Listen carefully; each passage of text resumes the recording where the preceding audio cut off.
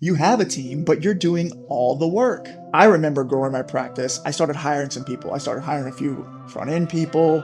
I hired a few clinicians. I had a team of maybe 5 or 6 people, but I was the one doing all of the heavy lifting. I was I was probably working 5 or 6 jobs, and I really didn't feel like my team was as committed and as motivated as I was. And part of the reason was, number one, I had very poor to no delegation strategies. I didn't really know how to delegate effectively. Number two, I didn't have systems in place.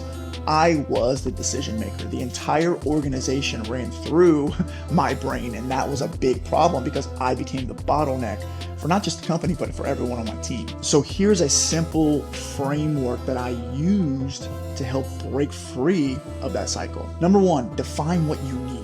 Your team will never understand how to be useful for you in the organization if you can't clearly articulate what you need from them. We have a tendency to micromanage and to be a little impulsive and reactive around delegation, meaning we try to delegate things and we're quick to identify all the problems and the inefficiencies that are taking place through that delegation process.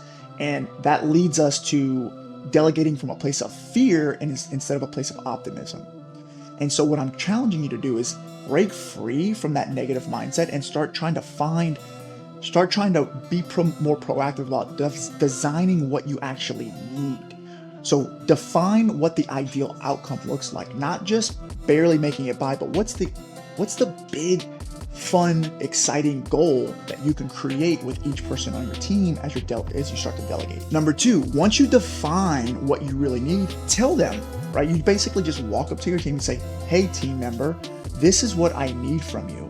It would really be helpful if you do X, Y, and Z for me, because that would allow us to do blank.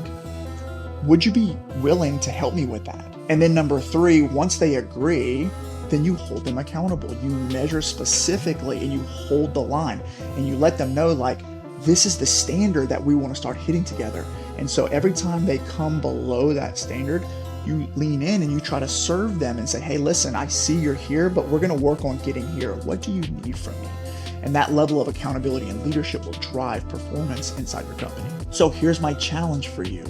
If you have some people on your team and you're not quite getting what you need from them, I want you to define what you really need from them and have the courage to explicitly tell them. How can you be more bold?